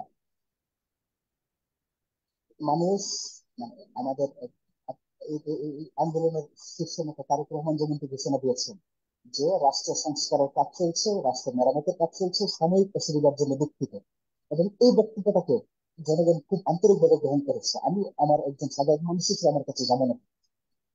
অবশ্যই আমি আপনার সঙ্গে একমত যে এটা রাষ্ট্রকে মেরামত করা হচ্ছে, অর্থাৎ রাষ্ট্র মেরামতের স্বার্থে এই কষ্টটা দেয়া হচ্ছে। এটা মানুষের জন্য কষ্ট হচ্ছে, দেশের অর্থনৈতিক চাপ কিছুটা পড়ছে, এটা সরকারকে চাপে ফেলবার জন্য। এতটুকুন চাপে যদি না ফেলতে পারি আমরা, তাহলে এই সরকার কিন্তু যতটা ঘাবড়ে গিয়েছে, মুখ দিয়ে যত কথাই বলুক, সরকার কিন্তু ভিতরে ভিতরে প্রকম্পন তৈরি হয়ে গিয়েছে। সরকার কিন্তু তার এখন মানে একেবারে সরকারকে চাপে ফেলতে গিয়ে জনগণ যে অল্প একটু চাপে পড়ছে, এই জন্য বিএনপি জনগণের কাছে জনগণ এটা কৃতজ্ঞতা মেনে প্রকাশ করে নিয়েছে। জনগণ মেনে এবং নিয়েছে মেনে যে নিয়েছে। এই চাপটা সরকারের উপর দেওয়া উচিত।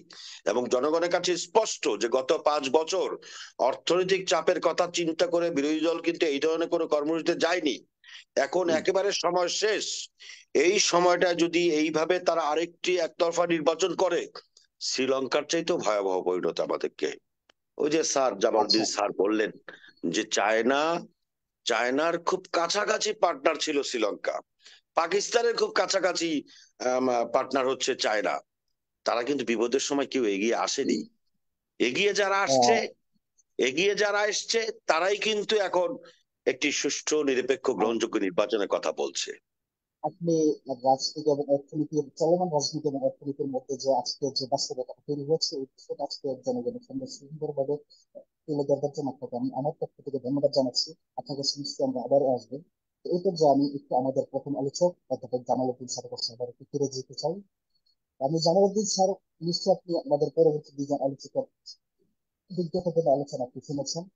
তা আমি জামালউদ্দিন স্যারের কাছে এখন যে বিশ্ব পলিটিক্স এর যে মেজর রাইভালরি চলছে, মেজর যে প্রতিদ্বন্দ্বিতা চলছে, আহ তার সাথে বিশ্ব বনাম চীনের সাথে যে প্রতিদ্বন্দ্বিতা চলছে, এবং সেই প্রতিদ্বন্দ্বিতার একটা ফিল্ড হিসেবে বাংলাদেশ তৈরি হওয়ার পথে, ঠিক এই বিষয়টার উপরে আলোকপাত করে আমাদের ব্যবসা বাণিজ্য এবং অর্থনীতি কোন জায়গায় আছে এবং কোন জায়গায় যেতে পারে, এই বিষয়টার উপর আপনি যদি একটু আলোকপাত করেন, জনাব জামালউদ্দিন স্যার। শুনতে পাচ্ছেন জামাল আচ্ছা, জামাল উদ্দিন স্যার? আশিক ভাই ধন্যবাদ, এগেইন আবারও আসলাম, কিন্তু আপনার ওই সাউন্ডটা মনে হয় খুব পোর কোয়ালিটি। প্রশ্ন বুঝতে আচ্ছা, আমার খুবই সমস্যা হচ্ছে। হ্যাঁ, আমার মনে হয় মূল প্রশ্নটা হচ্ছে যে যে বর্তমান যে রাজনৈতিক ক্রাইসিস এবং আন্তর্জাতিক যে প্রেক্ষাপট, তাতে অর্থনীতিটা আমাদের কোন দিকে যাচ্ছে, এটি নাকি? আহ রহমতুল্লাহ ভাই, আপনার খুবই চমৎকার ভাবে আপনার সবকিছু বিবৃত করেছেন, রাজনৈতিক সাইডটা আমি খুবই ইমপ্রেসড। হ্যাঁ, আশিক ভাই আসলে হয়তো আশিক ভাই প্রশ্নের রেসপেক্টে আমি কথা বলবো, তার আগে আমি আল জাজিরার ফয়সাল মাহমুদ হাসান, তার একটা 15ই নভেম্বর 2023 সালে একটা নাতিদীর্ঘ রিপোর্ট বেরিয়েছে। এটা শিরোনাম ছিল, Bangladesh ongoing political crisis is high risk for fragile economy. আজকের আমাদের সার্বিক আলোচনার আমরা যদি মানে সামারাইজ করি, এই আল জাজিরা রিপোর্টটা কিন্তু আমাদেরকে ইন্টারন্যাশনালি অ্যাকনলেজ করে আপনার কথাগুলি এবং সবকিছু। তারা কি বলছে? তারা কিন্তু বলছে যে এইটা হচ্ছে বাংলাদেশের কারেন্ট ইকোনমিক ডাউনফলটা মূল রেসপন্সিবল হচ্ছে একটা অলিগার্সি অ্যান্ড পলিটিক্যাল এলিটসদের একটা ক্লাবের মাধ্যমে শেখ হাসিনার রেজিমের একটা বহিঃপ্রকাশ। মানে টোটালটা, এই যে একটা Bangladesh ongoing political crisis, basically its impacts on the economic sector of the Bangladesh in the upcoming time. সে বলছে বলছে যে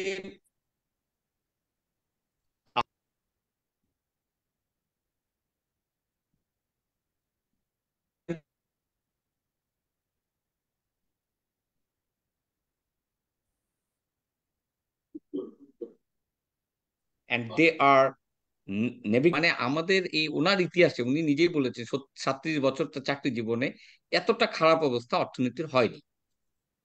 আমি খুব সামারাইজ করে যদি বলি, আপনি দেখেন আমাদের ইন্ডাস্ট্রি যে আরএনজি 13.6% ডাউনিং। আমরা 3.676 বিলিয়ন ডলার আমরা লাস্ট 26 মান্থে আমরা লুজ করেছি। আপনি যদি খেয়াল করে দেখেন, রেমিটেন্স আমাদের যেটা লাইফ লাইন, সেটা 4.4% ডিক্লাইন রাইট নাও। আমি ছোট করে বলতেছি, একটা ফিসা আমদানি করি হলো 90 বিলিয়ন ডলার, আর রপ্তানি করি হলো 55 বিলিয়ন ডলার। ডিফিসিয়েন্সিটা আপনি দেখেন যে একটা বছরে 90 বিলিয়ন ডলার আমি আমদানি করি, তাহলে আমি ইনকাম করি বাইরে থেকে 55 ডলার, মানে 80% আমাদের এখানে এর হলো এই যে ইনকাম করি যে 55 বিলিয়ন ডলার, তার 80% আসে গার্মেন্টস থেকে।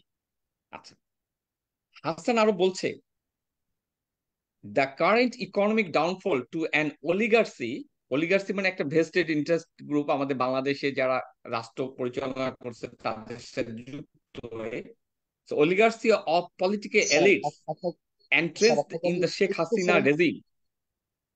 আপনাকে একটু স্মরণ করে জি, দিতে চাই। আমরা কিন্তু আমাদের প্রোগ্রাম শেষ পর্যায়ে আছি। আপনার জন্য আচ্ছা, আমি আমাদেরকে আমি এই এক পর্যন্ত মিনিটের মধ্যে আমরা একটু নজর সামারি করব। রাখতে আপনি এখন 2 মিনিটের জন্য কথা বলবেন। 2 মিনিটের আচ্ছা, জন্য আমি সময় দুই দিচ্ছি। মিনিটের মধ্যে থাকবো। সে বলছে যে আমাদের অলিগাররা কি করেছে, banking sector, bureaucracy and business সেক্টরে, বিজনেসে কিছু লোক মিলে এমন একটা নেক্সাস তৈরি করেছে, যে নেক্সাসের মাধ্যমে পুরো ব্যাংক থেকে টাকা উধাও করে দেওয়া, ইম্পোর্ট এক্সপোর্টের ক্ষেত্রে আন্ডার ইনভয়েস, ওভার ইনভয়েসের মাধ্যমে টাকা পাচার করা, এবং রাষ্ট্রযন্ত্রকে ব্যবহার করে আমাদের দুর্নীতির মাধ্যমে মেগা প্রজেক্টের যে টাকা পয়সা সেগুলিকে লুটপাট করে বিদেশে প্রেরণ করা, এর মধ্য দিয়ে একটা মডেল হিসেবে দাঁড়িয়ে গেছে যে ইয়া করা। আপনি যদি খেয়াল করেন, আমি রহমতুল্লাহকে পলিটিক্যাল দাগে থেকে বলি, দেখেন 2018 সালে ইলেকশনের আগে বর্তমান সরকার কি করেছিল। বর্তমান সরকার রোহিঙ্গা অ্যাকসেপ্ট করেছিল। এই রোহিঙ্গা অ্যাকসেপ্ট করার পিছনে একটা অভূতপূর্ব সমন্বয় করেছে চীন, ভারত এবং রাশিয়া। তারা মিলে আমাদের এখানে রোহিঙ্গা ঢুকিয়েছে, বিনিময়ে শেখ হাসিনাকে এই রেজিমের রাখার গ্যারান্টি দিয়েছে। তার মধ্য দিয়ে কিন্তু আস্তে আস্তে একটা অদ্ভুত কেমিস্ট্রি তারা তৈরি করেছে এই রিজনে বাংলাদেশকে, কারণ বাংলাদেশ একটি মুসলিম কান্ট্রি। মনে রাখতে হবে আলটিমেটলি আমাদেরকে কেউই বিশ্বাস করে না, চায়নাও বিশ্বাস করে না, ভারতও বিশ্বাস করে না, রাশিয়াও বিশ্বাস করে না। বাট এই রেজিমের মাধ্যমে তারা এক্সপ্লয়েট করে তারা নিরাপত্তার জায়গা থেকে তাদের সেকেন্ড একটা অপশন, যেটা আমাদের যে আপনার এই যে মায়ানমারের যে রোহিঙ্গা যে জায়গায় থাকতো, সেই জায়গাটাকে কিন্তু করিডোর হিসাবে ভারতের মিজোরামে যাওয়ার জন্য, চায়নার করিডোর হিসাবে তারা কিন্তু এটাকে ব্যবহার করেছে। সেই জায়গা থেকে বলে এইবার তারা কি করেছে, এইবার কিন্তু তারা করেছে দেখেন, রাশিয়ার সাথে এর আগে কিন্তু রূপপুর চুক্তিটা করেছে, অর্থনৈতিকভাবে আমাদেরকে ধসায় দিয়েছে। এর আগে কিন্তু আপনার মানে আপনি যদি বলেন আমরা বিভিন্ন জায়গা থেকে কিন্তু তারা ব্যবসা বাণিজ্য এগুলো দিয়ে কিন্তু তারা পুরো বিষয়টাকে একটা ইন্টারন্যাশনাল করাপশন গ্রুপের সাথে বাংলাদেশের করাপশন গ্রুপের একটা সমন্বয় স্যার, তৈরি করে আমরা পুরো আমরা আমাদের বাংলাদেশটাকে সময় শেষ লুটে পর্যায়ে পুটে চলে খাওয়ার আসছি। একটা লেকচার করেছে। আমি শেষ শেষ কমেন্টসটা করি আলী রিয়াজের ভাষায়। প্রফেসর আলী রিয়াজকে আপনারা সবাই চিনেন, সে বলছে যে এই পরিবর্তন যদি আমরা চাই, তাহলে আমাদেরকে অবশ্যই এই রেজিম পরিবর্তনের মধ্য দিয়ে প্রতিটি ছোট ছোট যে সকল স্টেক হোল্ডার আছে, যারা ইন্টারেস্ট গ্রুপ, তাদেরকে ভেঙে দিতে হবে। ব্যুরোক্রেটিক, জুডিশিয়ার এবং সবকিছুকে যদি আমরা চেঞ্জ না করি, তাহলে এই রাষ্ট্রের ভাগ্য পরিবর্তন হবে না। আমি ফেরত যাই আমার দেশনেত্রী বেগম খালেদা জিয়ার 14 সালে একটা কথা বলেছিল, দেশ বাঁচাও মানুষ বাঁচাও, দেশ বাঁচাও মানুষ বাঁচাও। তখন তিনি সুদূর প্রসারী বুঝেছিলেন যে রাষ্ট্র আগামী 10 বছরে কি হবে। আজকে আমরা কিন্তু সেই পর্যায়ে এসে পৌঁছেছি, দেশ বাঁচাও মানুষ বাঁচাও, যেটি তারেক জিয়া মনে করেন এই দেশ বাঁচাতে হলে আমি একা দল না, সকল মানুষকে, সবাইকে একটি প্ল্যাটফর্মে নিয়ে একটি জাতীয় কনসেনসাসের ভিত্তিতে যদি রাষ্ট্র পরিচালনা না করা হয়, তাহলে রাষ্ট্র মেরামত করা যাবে না। কারণ সরকার ফেল করতে পারে, রাষ্ট্র ফেল করেছে, রাষ্ট্রের ইনস্টিটিউট ফেল করেছে, জুডিশিয়ার ফেল করেছে, ব্যুরোক্রেসি ফেল করেছে, পার্লামেন্ট ফেল করেছে, সবকিছু ফেল। ইভেন বিশ্ববিদ্যালয়ের মতো জায়গা যেখানে জ্ঞান বিজ্ঞানের চর্চা হয়, আমি একটা বিশ্ববিদ্যালয় আছি, সেখানেও সকল অনুশাসন ফেল করেছে। ধন্যবাদ আপনাকে, মিডিয়া সেলকে। সুন্দর একটি ধন্যবাদ স্যার। আলোচনা, এটি হয়তো আরো ধন্যবাদ বড় স্যার। করা যেত, বাট আগামীতে হবে। ইনশাল্লাহ ইনশাল্লাহ আগামীতে হবে। ধন্যবাদ স্যার। আপনার এই কথা, আজকের আপনার কথাকে যদি আমরা সামারি করে বোঝা যায় যে এই মুহূর্তের সবথেকে বড় সংকট এই রেজিম, এবং এই রেজিম পরিবর্তনের মধ্যে দিয়ে রাষ্ট্র সংস্কার করার মধ্যে দিয়ে বাংলাদেশের আগামীর পরিণাম নিহিত। আমি এই মুহূর্তে যেতে যাচ্ছি আমাদের পরবর্তী আলোচক জনাব অ্যাডভোকেট ডক্টর আরিফা জেসমিন ম্যাডামের কাছে। ম্যাডাম, আপনার কাছে আমরা 5 মিনিটের জন্য ফিরছি। আপনি 5 মিনিটের জন্য একটা বক্তব্য শুনতে করবেন। শুনছেন আরিফা জেসমিন ম্যাডাম? হ্যালো। ধন্যবাদ আশিক, ধন্যবাদ, এবং যারা সহ আলোচক আছেন তাদেরকেও ধন্যবাদ। অনেক মূল্যবান আলোচনা করেছেন। তাদের সকলের যে আলোচনা, সে আলোচনা থেকে আমাদের আমাদের যা আজকের যে আলোচনার বিষয়বস্তু ছিল, যে আমাদের যে বিপর্যস্ত অর্থনীতি এবং দেশের যে ব্যবসা বাণিজ্যের যে ধস, সেটা ফুটে উঠেছে এবং সুন্দরভাবে তুলে ধরেছেন। এবং আমরা আমরা এখন বুঝতে পারছি যে দেশের অর্থনীতির মধ্যে একটা চরম বিশৃঙ্খলা, এবং এই অর্থনৈতিক অবস্থায় যদি শৃঙ্খলা ফিরিয়ে আনতে হয় এবং এই অবস্থা থেকে যদি উত্তরণ ঘটাতে হয়, একটা সুশাসন থাকতে হবে দেশে, গণতন্ত্র থাকতে হবে, রাজনৈতিক স্থিতিশীলতা থাকতে হবে। এবং এই গণতন্ত্র ফিরিয়ে আনার জন্যই আমাদের বর্তমানে যে বিভিন্ন আন্দোলন সংগ্রাম চলছে, বর্তমানে যে আন্দোলন, এখন বর্তমান সরকার বলবে যে কিসের জন্য আন্দোলন, সংবিধান অনুযায়ী আন্দোলন। দেখেন, আন্দোলন চলছে কিসের জন্য? গণতন্ত্র প্রতিষ্ঠার জন্য। এবং যে সত্যিকার অর্থে যে জনগণেরই ভোটাধিকার নেই। আরেকটা কথা রহমতুল্লাহ ভাইকে আপনি প্রশ্ন করেছিলেন, বা উনি হয়তো বলছিলেন যে আমরা যে আন্দোলন করছি এটার যে জনগণের ব্যাপারটা, এখানে যে জনগণের কাছে জিজ্ঞাসা করে দেখেন, এই যে আন্দোলন, এর জন্য যে অসুবিধা বা রাষ্ট্রের মেরামত চলছে অসুবিধা, জনগণ কিন্তু কোনো ধরনের অসুবিধা ফিল করে না। বরঞ্চ আমাদেরকে বলে যে, আমাকে বলে যে যারা তৃণমূলে যায়, আমি কিন্তু খুব এক এলাকার তৃণমূল পর্যন্ত কাজ করি, তারা বলে যে আপা আর কয়দিন, কি করবেন, আরো কিছু করেন না কেন? মানে এমন কিছু করতে চাচ্ছে, জরুরি ভিত্তিতে এই সরকারের পতন চাচ্ছে।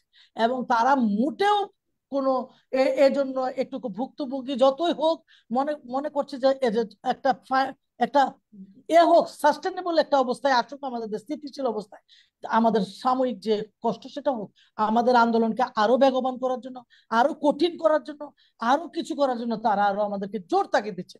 সুতরাং জনগণের সঙ্গে কথা বললেই বুঝবেন তারা কি তাদের নার্ভটা বলে যান। এখন দেখেন আমাদের যে এই আন্দোলনটা কেন একটা যুক্তিসঙ্গত আন্দোলন, একটা নৈতিক আন্দোলন। জনগণের ভোট চাই এবং গণতন্ত্র চাই, সুশাসন চাই, যে জন্য মানুষ ভোগান্তিতে পড়েছে, ভোগান্তি থেকে জনগণকে উদ্ধার করতে চাই। তা এই দেখেন আপনি এখন এর জন্য আমাদের কি অবস্থা দেশের, এই যে অবস্থা দেশের, যে সমস্ত কিছুতে আমাদের যে একটা আন্তর্জাতিক রিপোর্ট আসছে যে আপনার ইয়ে human rights watch, human rights একটা আন্তর্জাতিক একটা রিপোর্ট কিছুদিন, একটা সংস্থা, সেটা রিপোর্টে কিন্তু বাংলাদেশের চিত্রটা ফুটেছে, লজ্জা লাগে। আন্তর্জাতিক অত্যন্ত ভাবে অত্যন্ত আমাদের তাৎপর্যমণ্ডিত। দেশটাকে কোন পর্যায়ে নিয়ে গেছে এই বর্তমান শেখ হাসিনা, যেমন সেই রিপোর্টে আমাদের যে মানবাধিকার বঞ্চিত, শ্রম অধিকার বঞ্চিত, ভোটাধিকার বঞ্চিত এবং রাজনৈতিক নেতৃবৃন্দের উপর যে কি চরম নির্যাতন চলছে এবং মানুষ যে ঘরে থাকতে পারছে না, নির্বিচারে গ্রেপ্তার, হত্যা, গুম, এই বিষয়গুলি কিন্তু আপনার ফুটে উঠেছে এই এই আপনার রিপোর্টে। তো এই অবস্থায় আন্তর্জাতিক ভাবে দেশের যে ভাবমূর্তি, এর জন্য কিন্তু আমরা নিজেরা, আমাদের দেশের মানুষ যারা বাইরে থাকে তারা কিন্তু লজ্জিত। তাদের কিন্তু নিজের কাছে, অনেকের কাছে, ওই যে অন্য অন্য দেশের লোকের কাছে নিজেরা ছোট হতে হয়। এই তোমাদের দেশে তো মানবাধিকার নেই, তোমাদের দেশে তো ভোটের অধিকার নেই, তোমাদের দেশের তো সব টাকা পাচার হয়ে যায়, দেশের মানুষ দেশপ্রেমিক নাই, এটাই প্রমাণিত হয়। তাহলে বাংলাদেশি হিসাবে আন্তর্জাতিক পর্যায়ে আমাদের বাংলাদেশি হিসাবে তাদের ভাবমূর্তি, তাদের অবস্থান, তাদের কি ধরনের একটা এম্বারেসিং পজিশনে তাদের পড়তে হয়। এই হলো আমাদের অবস্থা। এই অবস্থা থেকে ফিরে আসার জন্য অবশ্যই গণতন্ত্রকে প্রতিষ্ঠা করতে হবে এবং এই গণতন্ত্র প্রতিষ্ঠার জন্য যত এটা এটা একটা নৈতিক অবস্থান থেকে আমরা আমাদের যে অবস্থানটা, আমাদের যে আন্দোলনটা, এটার একটা নৈতিক ভিত্তি আছে। এখানে কোনো ছল চাতুরি নেই, এটা হলো জনগণের ইচ্ছা, জনগণের চাওয়া। এখানে কোনো কারসাজি নেই। এখানে প্রধানমন্ত্রী শেখ হাসিনা যে কারসাজি করছেন, আমাদের কোনো কারসাজি নেই। প্রকাশ্যে সুন্দর করে আমাদের দেশ নায়ক তারেক রহমান জনগণকে তিনি বুঝিয়ে বলছেন যে আপনার ভোটের অধিকার ফিরিয়ে আনার জন্য আমরা এই আন্দোলন করছি। এবং জনগণ তার ওনার কথায় মন্ত্রমুগ্ধের মতো তিনি তারা এভাবে শুনেন এবং তার সেই কথায় ঝাঁপিয়ে পড়ছে সবাই আন্দোলনে। এখন আপনারা বলবেন যে কোথায় আপনারা, জনগণ মাঠে কোথায়? আপনার লক্ষ লক্ষ মানুষ কিন্তু এটাই চাচ্ছে, ভোটের অধিকার চাচ্ছে। সেই কারণেই এর আগেও দেখেছেন লক্ষ লক্ষ জনগণ কিন্তু আমাদের বিভিন্ন সমাবেশগুলি করেছে। তো সুতরাং এখন আপনাকে আমাদের যে দরকার, আপনাকে জি, হ্যাঁ, আপনি আর শেষ কি করুন, কিছু দ্রুত বলবেন? শেষ করুন। আমরা শেষ পর্যায়ে, আপনি দ্রুত শেষ করেন আপনি। হ্যাঁ, তো আমার শেষ হলো এক কথা, সেটা হলো আমাদের এই অর্থনৈতিক অবস্থাটাকে যদি আমরা এই অবস্থা থেকে যদি বাঁচতে চাই তাহলে সুশাসন লাগবে। আপনি জানেন আমাদের সমস্ত প্রতিষ্ঠানগুলিকে ধ্বংস করে দেওয়া হয়েছে। সাংবিধানিক বিচার বিভাগে যান, বিচার বিভাগ নগ্নভাবে দলীয়করণ করা হচ্ছে। আপনি যদি যান একটা আইন শৃঙ্খলা বাহিনী, সেটাকে দলীয়করণ করা হচ্ছে। আপনি যেখানে যাবেন সেটাই দলীয়করণ। এই যে দলীয়করণ থেকে ধন্যবাদ। ফিরে আনতে হবে, গণতান্ত্রিক অবস্থায় ফিরে আসতে হবে এবং একটা গণতান্ত্রিক কাঠামোর মধ্যে অর্থনৈতিক অবস্থা ধন্যবাদ। ধন্যবাদ স্থিতিশীল হবে। আপনার বক্তব্য, সুতরাং আমরা যেটা স্পষ্ট বুঝতে পারলাম, আজকের জি, এই অর্থনৈতিক সংকট থেকে উত্তরণের একমাত্র উপায় হচ্ছে গণতন্ত্র এবং আর- সুশাসন। জি, আপনার বক্তব্যের গণতন্ত্র এবং সামারিটা আমরা সুশাসন। স্পষ্ট হ্যাঁ, জি, গণতন্ত্র এবং সুশাসন হচ্ছে আজকের অর্থনীতির সংকট থেকে উত্তরণের একমাত্র উপায়। তো এই পর্যায়ে আমি ফিরে যেতে চাই আমাদের পরবর্তী বিজ্ঞ আলোচক জনাব আবু নাসের মোহাম্মদ রহমতুল্লাহ, সদস্য জাতীয় নির্বাহী কমিটি, বিএনপি। আপনার কাছ থেকে আহ 5 মিনিটের জন্য আমরা সর্বশেষ বর্তমান পরিস্থিতির সার্বিক কারণ এবং এই পরিস্থিতি থেকে, অর্থনৈতিক পরিস্থিতিকে আমরা কিভাবে উত্তরণ করতে পারি, বাংলাদেশ কিভাবে মুক্তি পেতে পারে, এ ব্যাপারে আমরা আপনার কাছ থেকে শুনতে চাই। জনাব আবু নাসের মোহাম্মদ রহমতুল্লাহ, শুনতে পাচ্ছেন আমাকে? জি, শুনতে পাচ্ছি। আসলে অর্থনৈতিক সংকটটা কিন্তু একটা সংকট। বাংলাদেশের মূল সংকটটা হচ্ছে মানুষের ভোটের অধিকার। ভোটের অধিকার প্রতিষ্ঠা করবার জন্য আরেকটা সংকট হচ্ছে ভোটের অধিকার প্রতিষ্ঠার প্রধান অন্তরায় এই সরকার। এই সরকারের যিনি প্রধান তিনি, অর্থাৎ একটার সঙ্গে কিন্তু আরেকটা জড়িত।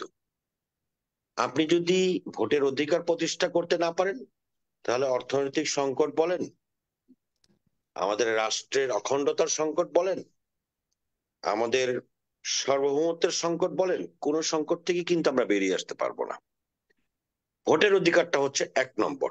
ভোট ভোট দেওয়ার অধিকার নেই। গোটা বিশ্ববাসী জানে যে এই দেশের মানুষ, নতুন প্রজন্মের 4 কোটি ভোটার গত 1 যুগও এই দেশে তাদের রায়, ভোটের অধিকার প্রয়োগ করতে পারেনি। সরকারের অবস্থাটা কি? সরকার যেন তেন মূল্যে যে কোনো প্রক্রিয়ায় মানুষ মেরে হোক, অর্থনীতিকে পঙ্গু করে হোক, দেশের সার্বভৌমত্ব বিকিয়ে দিয়ে হোক, দেশের সমস্ত কিছু ধ্বংস করে দিয়ে হোক, তার ক্ষমতাটা তাকে টিকিয়ে রাখতে চাই। এটা কিন্তু গণতান্ত্রিক বিশ্ব কোন অবস্থায় এটাকে সমর্থন করে না। তাহলে প্রেক্ষাপটটা কি? আজকে দেখেন কৃত্রিম ভাবে সূচক বাড়ানোর চেষ্টা করা হচ্ছে, অদ্ভুত। ওই যে স্যার একটু আগে একটা কথা বলছিলেন, ওই যে যে আপনার বিদেশের টাকা এই দেশে আসে, অথচ কোথায় যেন আমি একটু নোট করেছিলাম যে মানে প্রবাসী আয় বাড়ে কিন্তু বৈদেশিক রিজার্ভ কমে। আমি এটার কোন অর্থ বুঝি না, যেটা কোন ধরনের চোর এবং কোন ধরনের ডাকাত রাষ্ট্র ক্ষমতা বসে আছে যে বিদেশ থেকে টাকা আসতেছে আর আমার রিজার্ভ কমতেছে। মানে এটা কিভাবে সম্ভব? বৈদেশিক রিজার্ভের এই করুণ অবস্থা কেন হবে? অর্থাৎ এই সংকটগুলো এখন আলোচনা করার আসলে সময় নেই। আমাদের সময় কিন্তু খুব দ্রুত ফুরিয়ে যাচ্ছে।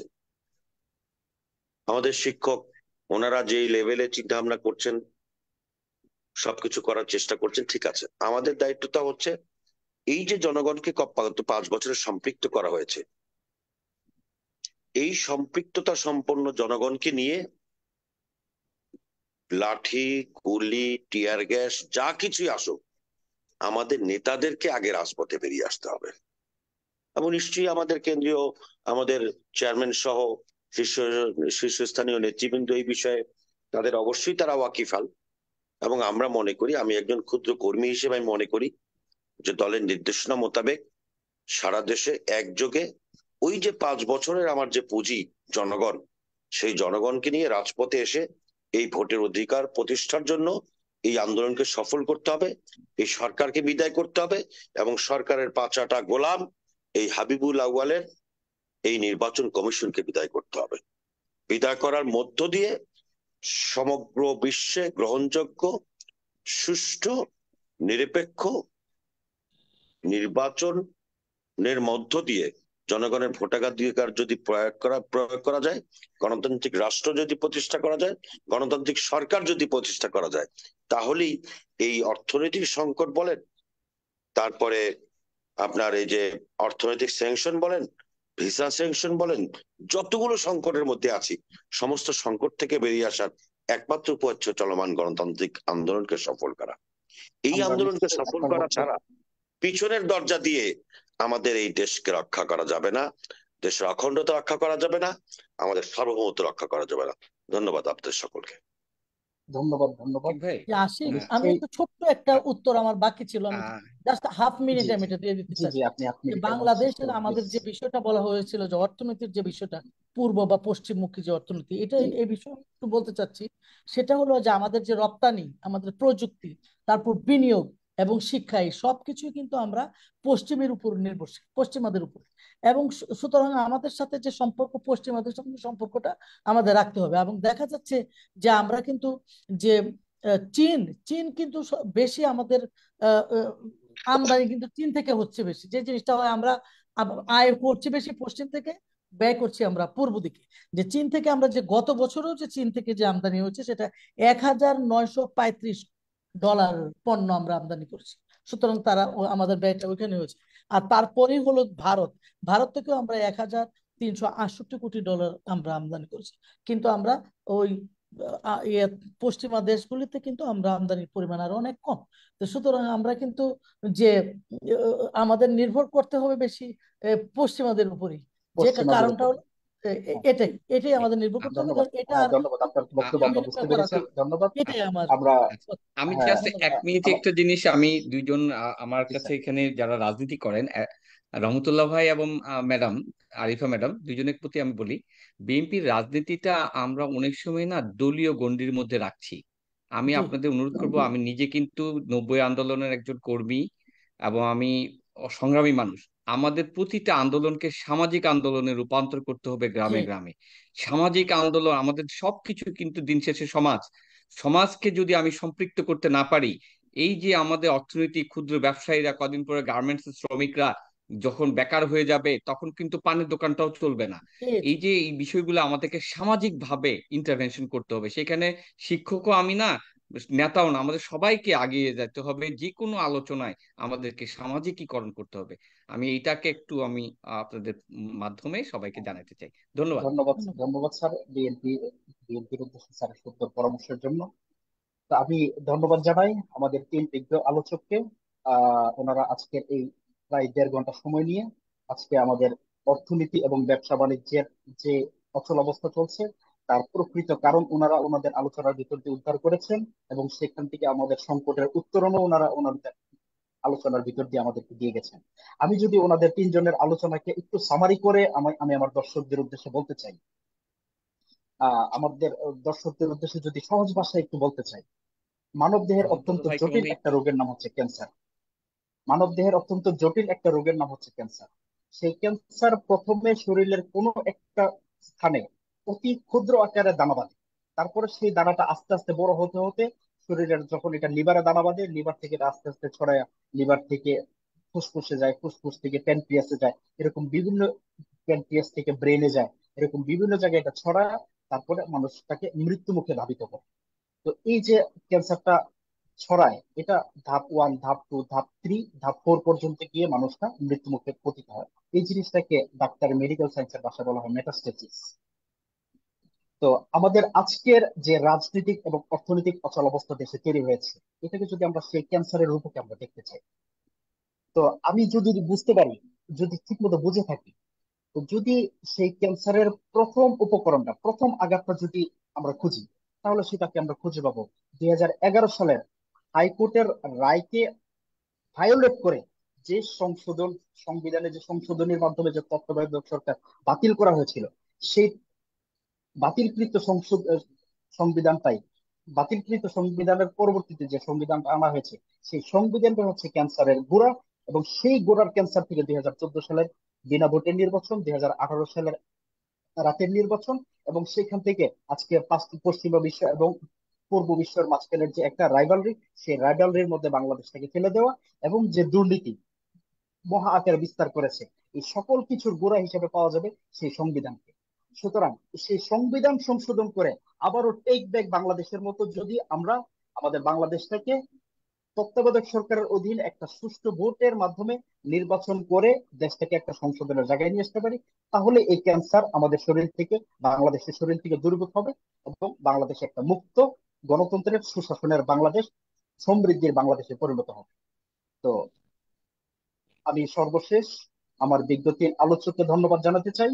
আমি আমার দর্শকদেরকে ধন্যবাদ জানাতে চাই এই দীর্ঘ সময় ধৈর্য নিয়ে তারা এই আমাদের আলোচকদের বক্তব্য শুনবার জন্য। আমি সর্বশেষ ধন্যবাদ জানাতে চাই বিএনপির মিডিয়া সেলের প্রত্যেকটা কর্মীকে, যারা অত্যন্ত ঝুঁকি নিয়ে, অত্যন্ত সাহস দিয়ে আমাদের দর্শকদেরকে আহ এই ধরনের প্রোগ্রাম আয়োজন করে যাচ্ছেন। তো আমি সকলকে, আমি আমার ব্যক্তিগত পক্ষ থেকে, মিডিয়া সেলের পক্ষ থেকে ধন্যবাদ জানিয়ে আজকের মতো টকশো ফোকাল পয়েন্ট এখান থেকে বিদায় নিচ্ছি। আল্লাহ হাফেজ, দেখা হবে আগামী পর্বে। আসসালামু আলাইকুম।